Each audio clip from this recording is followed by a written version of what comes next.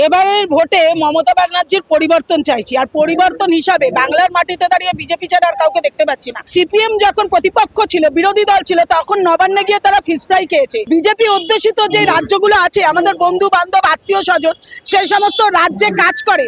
আমার বহু বন্ধু, বহু আত্মীয় আজকে বিহারে কাজ করে, আজকে মহারাষ্ট্রে কাজ করে, গুজরাটে কাজ করে। তাদের যা উন্নয়ন সেই সমস্ত দেখে বিজেপি সরকার ছাড়া আর কারোর জন্য ভাবতে পারছে না। যখন অভয়া কাণ্ড ঘটেছিল তখন বাংলার নারী শক্তি কিন্তু কলকাতার বুকে দাঁড়িয়ে দিন রাত এক করে সন্তানকে নিয়ে প্রতিবাদ মিছিল করেছেন।